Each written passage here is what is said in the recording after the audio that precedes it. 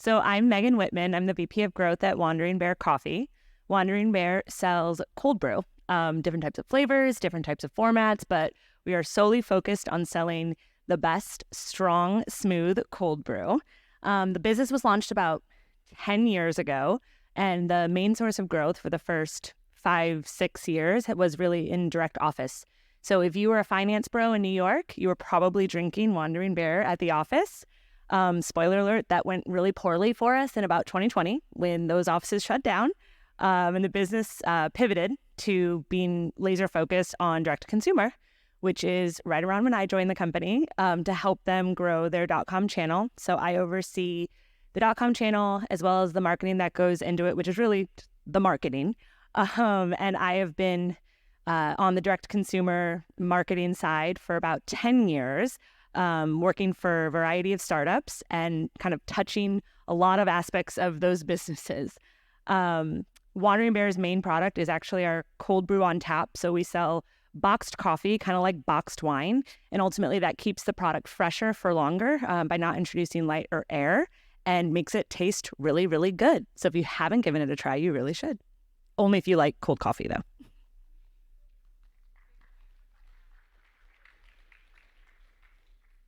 I was saying I'm a big fan of the coffee, really.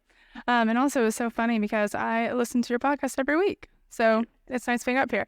But I'm Helen. I am the founder of a company called The Bomb Co. And so we're best known for a product called the Blender Bomb. It is a superfood ball, probably like a golf ball size, bunch of different nuts and seeds. You throw it into your smoothie with your fruits and your vegetables, and it makes your smoothie a meal replacement. So kind of the backstory is, if you think about having a salad for lunch or a salad for dinner, you wouldn't just have a bed of lettuce with dressing. That wouldn't keep you full, right? So you got to add some substance to it. You want to add a crunch, some nuts, you want to add some protein, cheese, etc., and make it a meal. So that's kind of what the Blender Bomb does, alongside other supplements that you would want to add to your smoothie as well. I started the company in 2017, and for the first few years, I had so much fun with it. It was great. I was living my best life. It was super profitable. I grew it from my social media accounts, and we started taking the business really seriously probably 3 years after I started it. I started hiring some people who had more experience, lots of turbulence, lots of ups and downs. But currently where the company is we have a CEO who has been in the industry for 25 years. He runs the day-to-day. I do Blender Bombs full time, but I'm more so on like the marketing and the influencer side and the content creation side. But let me check my notes here. Oh yeah, I love notes, by the way. We mutually agreed to bring our iPads up here. We've sold about 7 million smoothies since the beginning. So because of our products, 7 million more smoothies have been consumed in the world, which is our mission. We're omni-channel, so we sell direct to consumer. We're national with Whole Foods and some other retailers. And then we have a smoothie bar franchise as well. And yeah, so now we just started really dabbling into the digital marketing space. So I'm not super familiar with that, but I can speak a lot to influencers and targeting that way, because that's how we did it at first before we had money to start spending on digital ads. Yeah. Awesome. So my name's Ron Shah. I'm actually co-founder with Ash, who's here too. You guys heard him speak earlier, of a brand called Obvi. We're a women's collagen brand focused on making collagen fun, tasty, sexy, and just exciting, because most collagens are unflavored and pretty boring.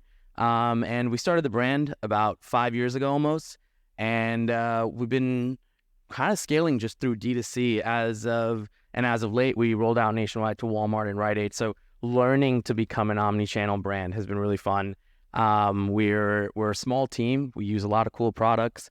In terms of SaaS tools, we're only a team of 12 people. And so, excited to always talk about efficiencies and how to, build a team that's lean, but also can accomplish a lot. And then on our downtime, Ash and I run a podcast called Chew on This. So there's a couple of things I'm involved in. And so, I'll transition into what we're up here for, right? Which I know, and Brad, don't kill me. I know our panel is supposed to be about like targeting and segmenting, but we actually spent a lot of time together to talk about Megan and Helen's story and what they've been building and whatnot. And I just found the stuff that they've been doing a lot cooler than targeting and segmenting. So I will definitely touch on the targeting and segmenting, but there's some really, really cool stuff that they're doing. And also some things we're doing at Obvi. So we're kind of going to go there. Definitely some noteworthy stuff. So pay attention. as we go through each topic. And let's jump right in. So, Megan, I think I want to start right at the data point, right? You're coming off running a pretty large consumer study for your brand, and you had some incredible findings, right? So let's start right there, because that's a big core of where you guys are transitioning into and utilizing that. Yes, so we are, Wandering Bear is actually doing a big retail expansion. That's where our focus has been for the past, well, it takes a while to expand into retail. So we've been doing this for about 6 months to a year. And ultimately, like, the goal of that expansion is to be where our consumers are. Not everybody wants to buy their liquid coffee online. Understandable. You got to be in retail in order to be in front of them and have them and get the eyeballs to learn about you. So in anticipation of this push, we ran an attitude and usage study to essentially understand the cold coffee consumer better. Who are they? Why are they buying? What are they buying? Like, and how does Wandering Bear buyers actually stack up against the other brands? And one of the most interesting things as we were reviewing the results from the study with the team that ran it was they were saying, Wandering Bear is really strong, and everyone knows of you guys as low acidic, no sugar, strong coffee, sustainably packaged. And it clicked immediately that it read exactly like the bullets on the top advertising that we do. Like every ad in Facebook with the same copy of those same exact bullets. The problem with this is those rankings for like what somebody is looking for in a cold coffee were in the bottom half of reasons why somebody actually buys cold coffee. The number one reason, taste.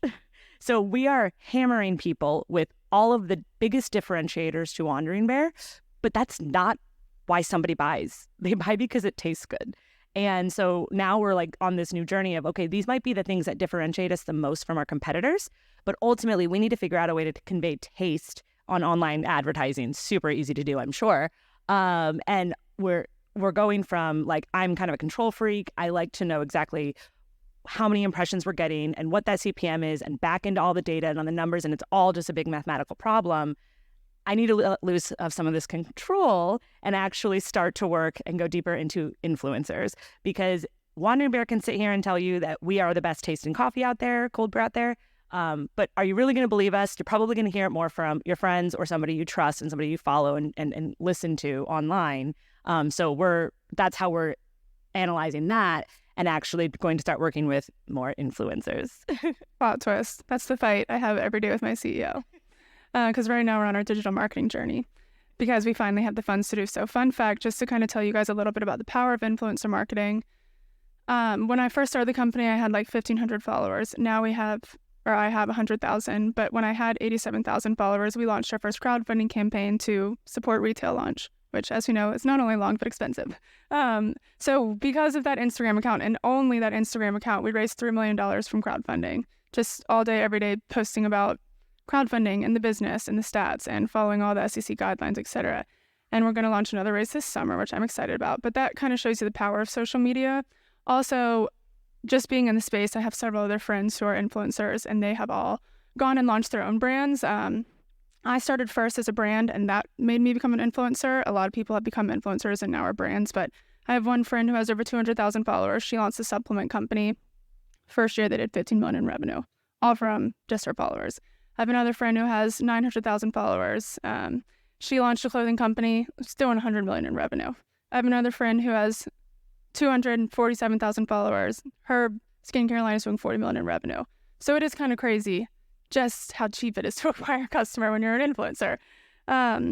Another thing is, because I do work with other brands as well, something that I learned this year just from what the other brands told me is that their repeat purchase rate is more than 2 times higher with new customers acquired from influencer marketing than it is from customers acquired from ads. So just something to think about, if like you said, if you invest in an influencer who has spent years investing in their community and they're honest with their community, there's a lot of influencers who aren't like that. So that's why it's very careful. You have to be very careful who you pick and choose to promote your brand. But when you find the right influencer who has built the trust in their audience, their lifetime value will likely be higher than that if they're acquired with ads.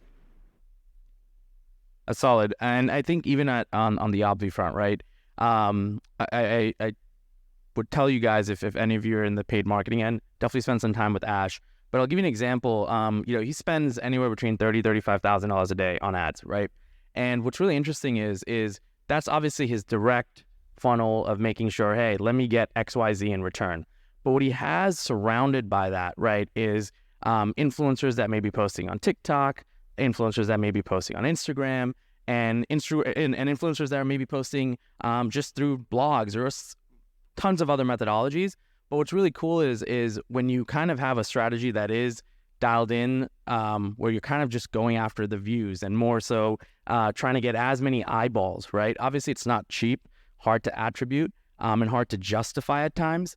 But I think when you find the ability to, one, have a funnel that you can trust that works, and then two, build relationship with people that understand your product, understand, what it takes to get people, to get the right type of audience in front of you, I think it really dials in and actually amplifies everything. Even when we launched into Walmart, a lot of our carried success there is from the halo effect that typically we all see go to Amazon, right? But we're also seeing it now in-store in Walmart, and we're seeing it, we just launched nationwide to Rite Aid, we're seeing it there as well.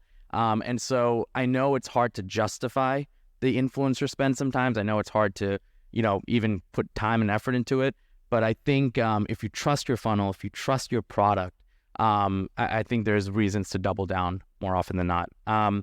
So I think we'll jump into is segmenting by channel. So this is to touch on the main topic of segmenting. And I think something that's really interesting here is we come from, at least myself and our team, we come from the school of thought is each channel needs to be segmented and delivered through its own funnel, own methodology of talking to that customer. So someone who's coming from TikTok should be treated a little bit differently than someone coming from Facebook versus someone coming from organic Google, right? And that's been our methodology and how we've always thought about it. But when I was talking to Megan and also Helen, you guys have different philosophies and different ways of thinking that through. So Megan, why don't you start to kind of talk about how you look at channel segmenting? Typically, going into this big study, I was so excited because I felt like, I don't know if anyone told me this or I just made this assumption, but I was excited to learn how the people who buy Wandering Bear in retail, because we have been in retail, we're just doing an expansion now, how the people who buy Wandering Bear in retail differ from the people who buy Wandering Bear online. I assumed that there was going to be a big difference in not only who the customers that shop online versus in retail were, but also why they were purchasing. And that just wasn't the case at all. They were essentially the exact same people. And the reasons they bought were the exact same. The demographic informations were almost identical. It really didn't matter, like, the channel. It was the same person. It was a Wandering Bear buyer, essentially, which really does make your life as a marketer a little bit easier, because I was of the impression that we were going to change the pack on the retail products to, talk specifically to this consumer and change the landing page websites to talk specifically to that consumer. But ultimately, the idea is it's one brand. The reason people are buying is the same reason. And one of the reasons, one of the things that I also found out during this process that had nothing to do with this consumer study was we actually launched a paid membership program about a year ago and learned a lot. It was kind of thrown up quickly, I will admit, because we wanted to test giving our loyal customers the value of a subscription without the auto ship. Not everybody likes auto ship. Some people still buy a lot of product and still deserve to be treated with a lot of, get a lot of benefits, but they don't want the auto ship. So how do we decided to launch a $20 a year membership, and we gave those customers subscription pricing on every order, even though they're not on auto ship, as well as access to our secret menu, which has a rotating variety of flavors that you can only get if you are a subscriber or a paid member. So after about a year of running this program, I was looking into some of the information, and 37% of people who bought the $20 a year membership bought it on their first purchase, which makes no sense. Why would you give me $20 if you don't even know if you're going to like the product? Well, that's probably not their first purchase. That's their first purchase on our website, but it has to be their second or third purchase if they're buying on Amazon, if they're buying in retail. They know Wandering Bear, they've tried Wandering Bear, they know they're going to like it. Otherwise, they wouldn't have parted ways for $20 for a digital membership to a product that they don't even know if they like yet. So that information compounded with the data from the study really just showcased that it's one customer, and one solid brand messaging needs to be applied across all of our channels. Sounds like girl math. And I'm influenced and I will be subscribing. But yeah, so on the different note, kind of segmenting by channel, one thing that I did wrong at the beginning when I first launched is I tried so hard to help everybody and teach everyone who didn't like smoothies, try to convince them to start making smoothies. And then one of the things that we immediately changed once I hired someone with more experience is he's like, okay, why are you wasting your time doing that? Just start finding people who already make smoothies and who will easily find value in your product, the Blender Bomb. So once we started doing that, it became a game changer, and we were finally able to afford digital marketing because it was way cheaper to acquire a new customer that way. So that is something that I didn't think of for the first 3 years. Also, talking about TikTok versus Instagram, so just the content that we post on both is very different.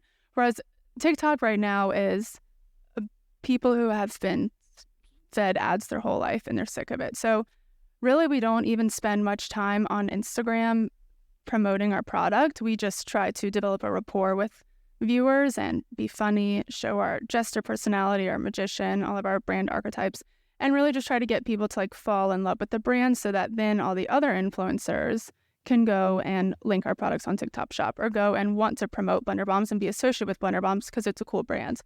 Totally different approach with Instagram. Instagram, what works is education, full-on education, clickbaity, hooks, shorts. And when we look at what determines if content performed well on Instagram is not the number of likes, not the number of views, not the number of comments, but the number of shares. And if you do this exercise, if you scroll through your For You page on Instagram and you just look at the ones on your For You page that have the most shares and send them to yourself like in a DM, and then go back and look at all the ones that have the most shares, they all follow the exact same format. It is crazy.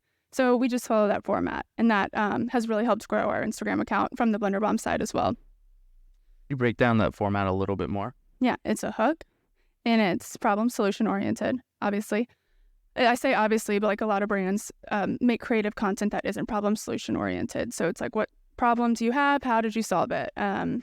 So yeah, a lot of like viral content is entertaining, but the kind that gets the most shares is problem solution. Think about all the times that you have sent content to your significant other. What problem of your child is it solving, you know?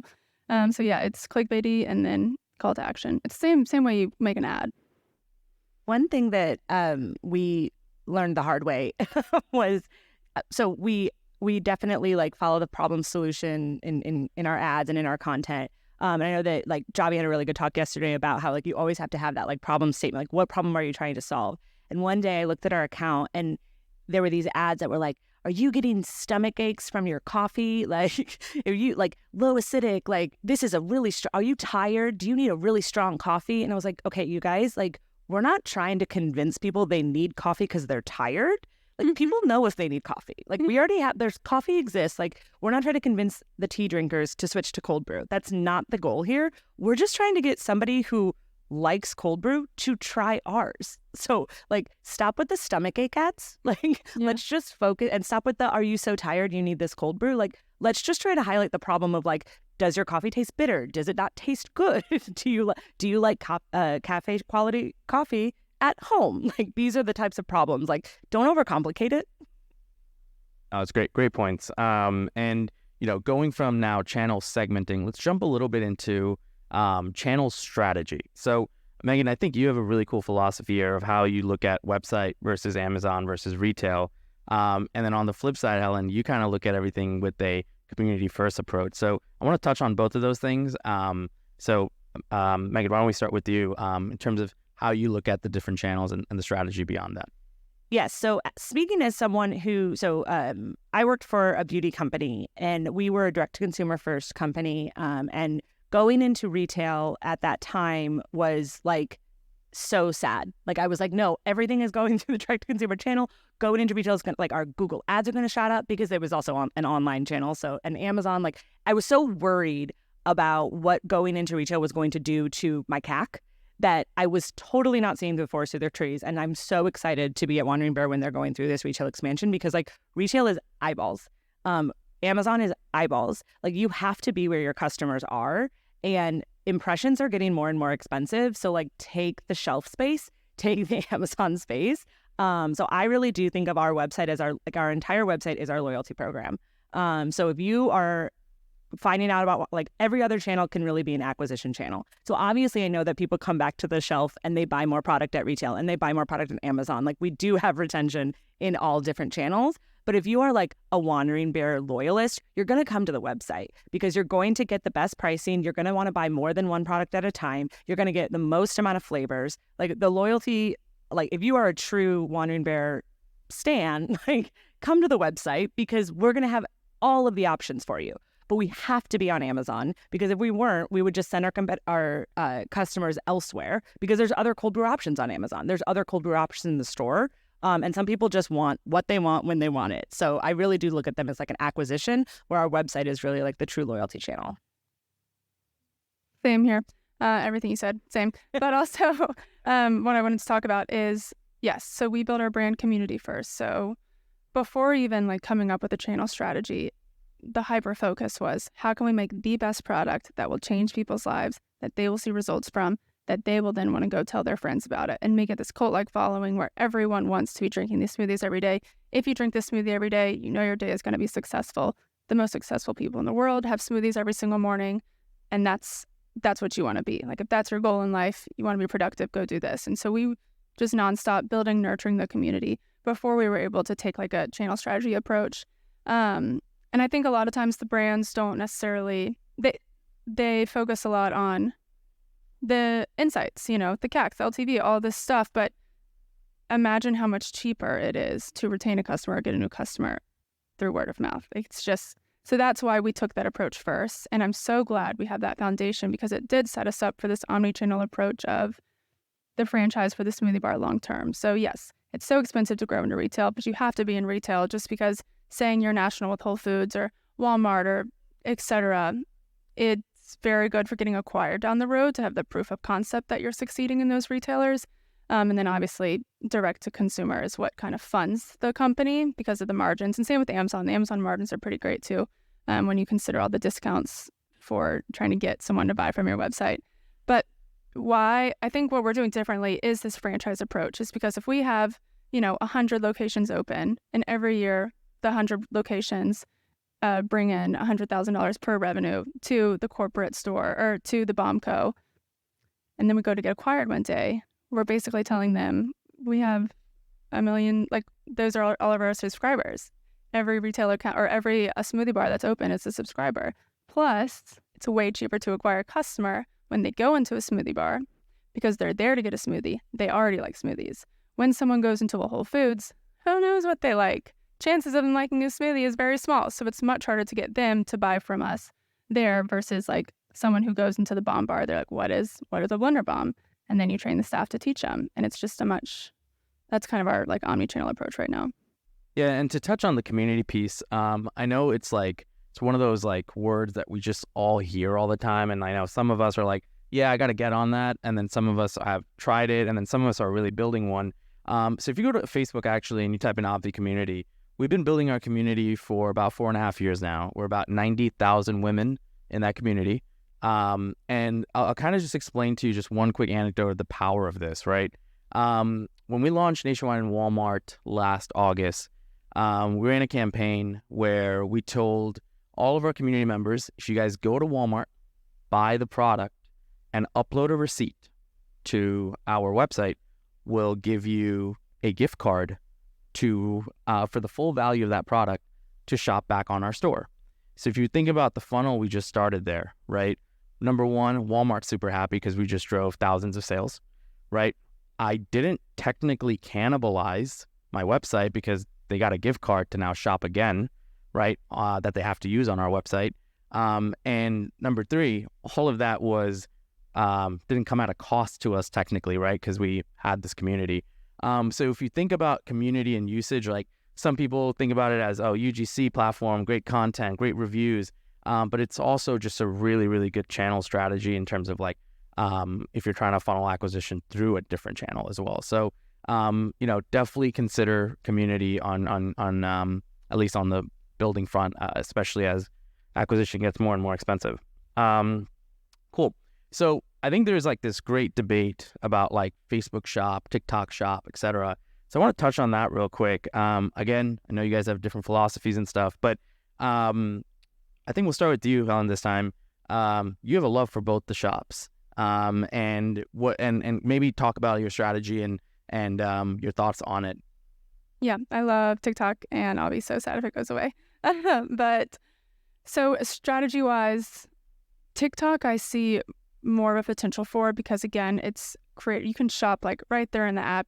It's really hard right now from Instagram to be able to, like me as an influencer, if I wanted to link to an Obvi product, it would be a lot harder for me to like figure out how to do it on the back end. They would have to get permissions. It'd be a lot of back and forth. It's stressful on both brands. Whereas TikTok Shop, what they just launched within the last couple months is insane. The amount of influencers who are promoting and doing such a good job promoting brands that they love just to get 10 cents per order is insane. Not only that, but TikTok is hounding creators with emails. I get like 4 emails a week from them telling me exactly what to post, when to post it. They're incentivizing me to post it. Even if the post itself doesn't get me any sales, they're going to pay me for the views that it gets.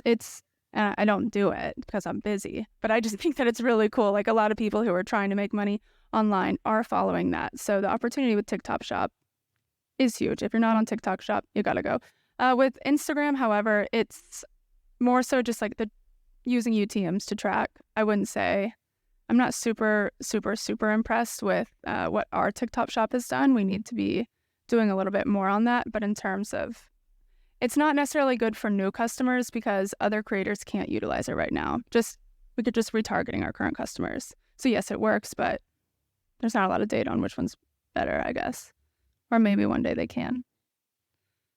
I find them both to be necessary evils. I think that, so I'll start with Facebook, the meta shops, Facebook shop, Instagram shop, etc. Like we have to be there. We have to be on there because like your advertising does better when you target it. Like quite simply, we went from something crazy like 2% of our new customer acquisition was going onto Facebook shops in January. And by March, it was over 20%. And that's just because I think Facebook and Meta is really pushing you to utilize these shops because they want to have it all on their platform, which makes a lot of sense. The problem with that is that we cannot do that. The user journey is just not ideal. So when we saw our new customer acquisition scale up to about 20% of our new customers were coming from Facebook shop or Meta shop, our subscription rate tanked, our AOV tanked because we don't have the ability to really like sell our product, sell the subscription and the benefits of that product, sell the membership, sell the upsells, the post-purchase flows, like et cetera. Like we just don't have the same ability, and like you don't get bundle discounts because of like we have optimized and tested our way into a PDP that really pushes you to buy more than one box at a time. You can't do that on Metashop. So I think of it, you have to be there. I do know that you have to be there. I do see it as an acquisition channel. I am really curious though, because somebody did say that there people are going back and buying through the shop. I need to validate that because I would think, why? Like, why are you doing it? It's not a good experience. You can't do a lot with it to like optimize that experience. So I am curious like how this goes long term. TikTok Shop is completely different. I really look at TikTok Shop more of like an Amazon channel for us because you don't get all the customer data. And but you also have to be there because I do think people are doing a lot of product discovery on TikTok and they're actually doing so many insane subsidies for the brands. Like they're paying the discounts, they're paying you shipping. Like it's wild and it's blowing up. But what is going to happen when they stop those subsidies? I do have to wonder that because they're hammering us to like discount, and they're actually paying for it. But like, do people still continue to shop on TikTok Shop when they're not getting all these crazy deals? I know. Those are awesome points. And I think, unfortunately for us, because we do sell weight loss supplements, some of our best sellers can't actually go on there. So we're always on the outside looking in. But curious to see what happens with it. I know we're coming up on time, so I definitely want to hammer through some of these really good topics that we got to go over. One is about planning on expanding audiences and maybe even just how to do more gender inclusion, for example, or how to use influencers to talk to other audiences, etc. I think you guys both had really cool points in kind of different ways. So Megan, we can start with you. I think you're kind of taking the creative approach for Yeah. So in the same way that our creative, like our ads and our ad copy, like really, really shape what people think about Wandering Bear, I think it also shapes who's buying it. And so when you start to kind of get into this cycle of, well, our top ads are all female and we have to just keep focusing on this female who's between the ages of 35 and 40 and saying this thing and that thing, and you get kind of stuck in these creative loops. What ultimately we found out also from our consumer study was that 48% of people who buy cold coffee are male. 70% of people who buy Wandering Bear are female. So we're doing something wrong. Like we're not getting male purchasers because we're not advertising to them in the right ways. And so that is another big learning and takeaway from us, that we have to start working with male content creators and actually putting men in our ads in order to actually speak to men and get them to purchase the coffee. And I think that I was actually talking to someone last night about this, but like we have to actually not launch them up against our female creators and actually launch separate ad campaigns, like different Advantage Plus shopping campaigns, to actually give those ads a chance to win, because they probably won't work as well as some of the female ads, but we have to do it. Otherwise, we're just completely ignoring half of the people who drink coffee. So if you think about your CAC and your AOV, if your CAC and your AOV are very similar, something that you might want to consider doing is launching what's called like a one-to-one influencer campaign. So finding influencers with a community and you pay them like a one-to-one ratio of the sales they bring in. So if a brand pays me, or if I sell X amount of product, I've driven $2,000 in revenue for the company, they would pay me $2,000. And likely the repeat, if I continue to work with that brand and promote that brand every quarter for the next year or every month for the next year, the repeat purchase rate is going to be exponentially higher and cheaper than Facebook ads if your AOV and your CAC are very similar. Just that's something that has newly been happening because the gifting campaign days are harder now just because everyone is kind of becoming an influencer. Like, when are the men going to start becoming influencers is what I want to know. Like, this is getting a little old. All these girls just promoting all the time. So, yeah, check out the one-to-one ratio if you guys have the budget and if you're willing to risk it and test it, because that's been working phenomenally for us. And I think it's a really good point there with the one-to-one piece, because I think so much of what we do is like, oh, this influencer is really expensive, or this costs me a lot of money, right? But then we kind of always, when it comes to Meta, kind of just give them a break. Like, oh, Meta had a tough day, right? I'm obviously, 0.98 ROAS, and it's all right. We'll climb back up. And the truth is it's obviously just getting harder, right? And so if you can find other channels that are a little bit more, one, opens up diversification, but two, just gives you another way to spend with a little bit more guaranteed return. Obviously, your product has to be good, right? That's the prerequisite in any brand that nowadays is you have to have great product. And if you have great product, then trusting a methodology like the one-to-one could be something that's worth testing and trying. Cool.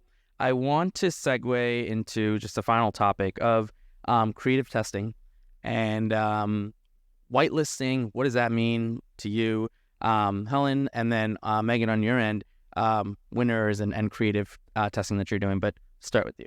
Yeah, so let's say that you find an influencer who is willing to do the one-to-one ratio, which is harder with bigger influencers, but smaller influencers, it's easier, but also they have a better conversion rate most of the time.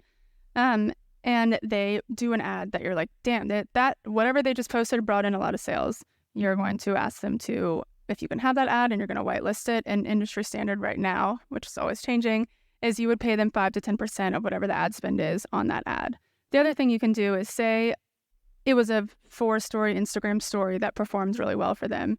You can just pay them a flat fee to basically, you can script what you want them to say as the ad. They can record it, and then you can whitelist it and pay them that 5 to 10%. Another creative testing thing, we launched a quiz, an AI-powered, smoothie quiz on our website to help people figure out which flavor would be best for them, depending on their smoothie choices. And 85% of people who started the quiz finished it, which was crazy. And it was like a 15-question quiz.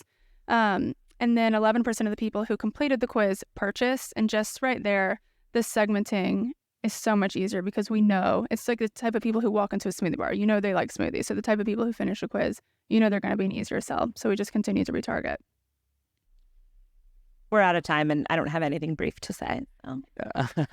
I think also just one other thing that Ash had run for our affiliate program too and influencer program was instead of giving like 15-20% commissions, I think he had done like 40 or 50%, right, back to the creator. And if you think about it, that's still like comparatively a 2x ROAS on Meta, right, if you give 50%. And so I think just rethinking how you're structuring some of these programs, not always being cheap and super frugal, because we don't do that when it comes to Meta. Yet when it comes to real people, real influencers, it's always like, oh no, I don't want to spend too much here.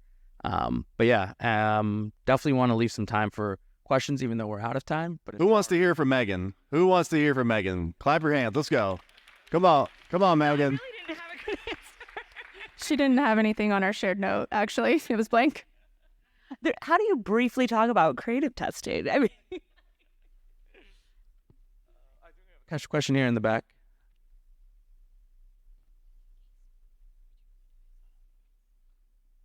I'm curious if any of you guys, you're all subscription heavy brands, if you've played with affiliate residual models. Like if someone leads directly to a subscription purchase, you pay them over time. I am not. No, it's definitely something that we've talked about, but we have not cracked affiliates in like the best way. I'm hoping that we're now like actually fully turned off all affiliates minus TikTok Shop affiliates and are really focusing on there, and they can't subscribe on there. So it's not really an option for the TikTok Shop piece. And that's where we're really like laser focused because of all these subsidies that are helping us be able to afford the affiliates on the TikTok Shop. But it's really hard. The tracking is really hard, I feel like, on affiliates, and you have to be really confident that this person is actually driving the sale, and not just the discount codes or the promo code sites that are out there. Yeah, our average order value right now is around $50, $55, depending on the week. And we did test something like that. So we did the 1-to-1 ratio with an influencer. But we told people, hey, your first month to subscribe, try testing out the $19.99. And we paid them a 1-to-1 ratio, but the amount of people who dropped off, or we had them test $19.99 and $9.99, and then we had them test free. It was like everyone who got it for free, they dropped off after a couple months. But the $9.99, I wish I had the exact numbers, but I'm the visionary. CEO is the integrator. I would say whatever we saw, $19.99 was by far the best. Like it was double the amount of people stayed versus the $9.99. But we didn't do anything like long term. We kind of told her, hey, if these people continue to stick around, then we will talk about residual income, but it never got to that point.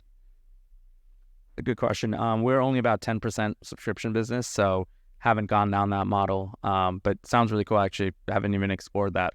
Oh, something you could consider, actually, if you find an influencer who is absolutely crushing it for you and it's someone you want to work with for the rest of your life, I would consider giving them some sort of equity incentive. If they can get to X amount, because once an influencer has equity in your company, they don't have to do the FTC guidelines like the hashtag sponsored, hashtag ad. It becomes way more organic, but you can work on a contract with them to, post about X amount of times or be the face, etc. But I've seen a lot of good influencers now start going towards equity. Yes. This is just for all three of you. As far as your ad spend goes, have you guys ever done testing or seen any numbers as far as trying to drive to your website in order to have the consumer data? Because you can't obviously retarget on TikTok or Metashop once you don't get any of their information unless you do it via postal. Have you guys seen long-term if it's more valuable to do your ad spend that way or for immediate cash flow for Metashop and TikTok? Metashop and TikTok Shop. Yes. We have actually been testing that and are still currently testing that to see like what is the difference in CAC on those different campaigns. We have a campaign that's running to like optimize placements that like obviously gets a lot of Metashop attention. And then we have campaigns that run just solely to our website, and it's early because we've actually only been running this test for a couple of weeks, but I'm pretty confident that we will end up finding that it's probably not worth the CAC reduction in the Meta shop because the customers that we are acquiring on our .com site are just so much more valuable. They tend to buy more than one box at a time because of the bundle discounts. They subscribe at a higher rate, and that's been that's the theory. So we are currently testing it. And I have a feeling we probably will ultimately like maybe have a small campaign running towards MetaShop just to get, again, those eyeballs and the people who want to shop there. But ultimately, like, we want to get them on our website. It's a better customer. Great question for Ash. He's sitting right here. But I won't be able to answer that to the best ability. But do you have any comments on your end? No, same. All website, the margins.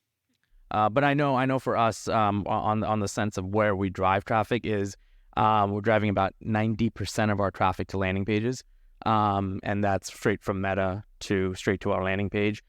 It is our focus because we also can't do shops, given our top selling product is a collagen infused fat burner, and so that kind of is, one of the reasons is because we can't do it.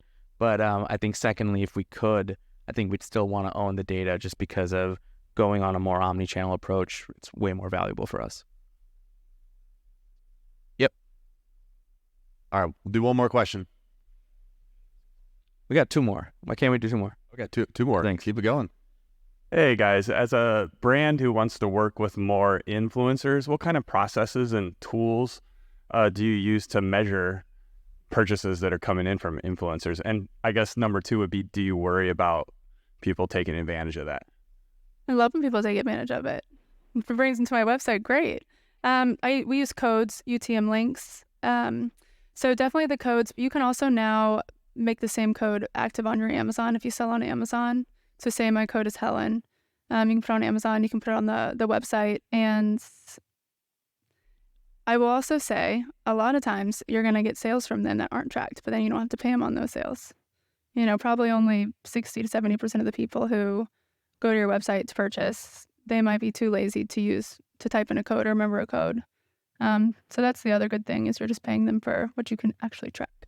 Are you using an affiliate platform, or are you just tracking the codes and paying off those? We're just tracking codes because we only work with like a select few influencers. But how I would gauge if you want to work with an influencer or not is when you email the brand manager, just ask for their conversion rate history, and then ask for the number of link clicks they get on their stories.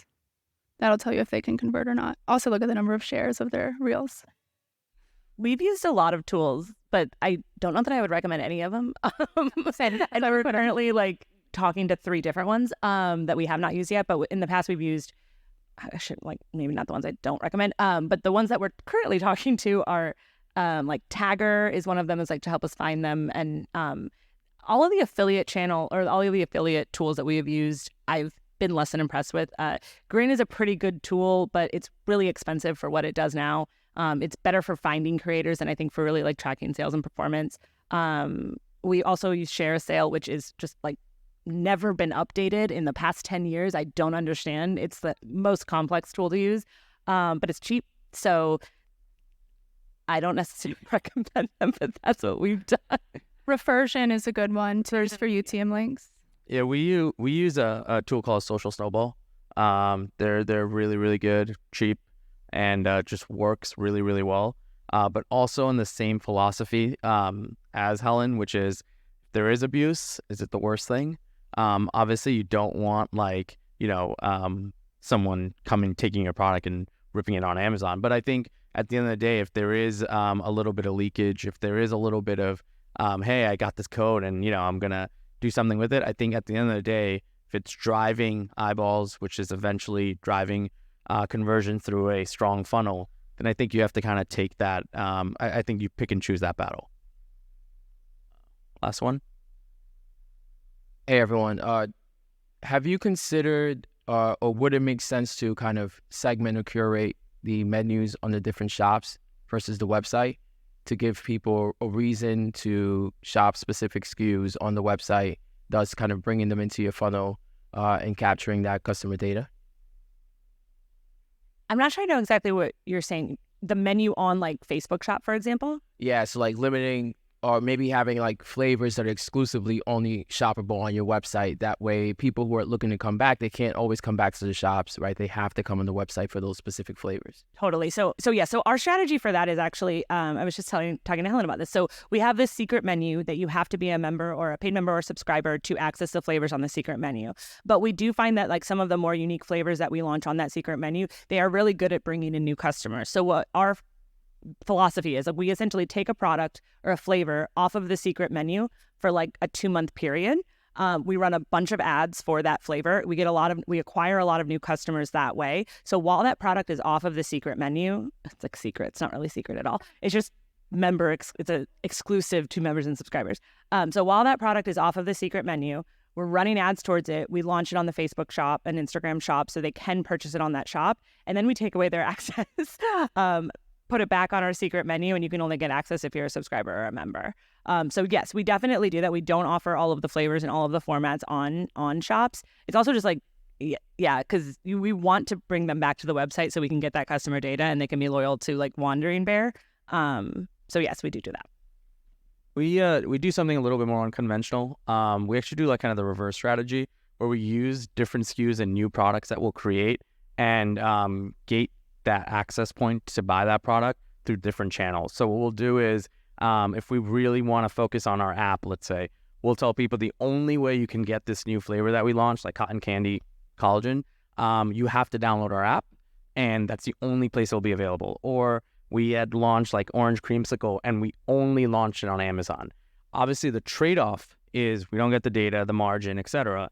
But the flip side of it is you're starting to build these channels in its own way and being able to utilize your best customer to be able to drive traffic and build up additional ecosystems. We'll even do it where, like, if you want access to this product, the only way you can do it is go into our community and join our community, and you'll hear about it there. The link will not be available anywhere else.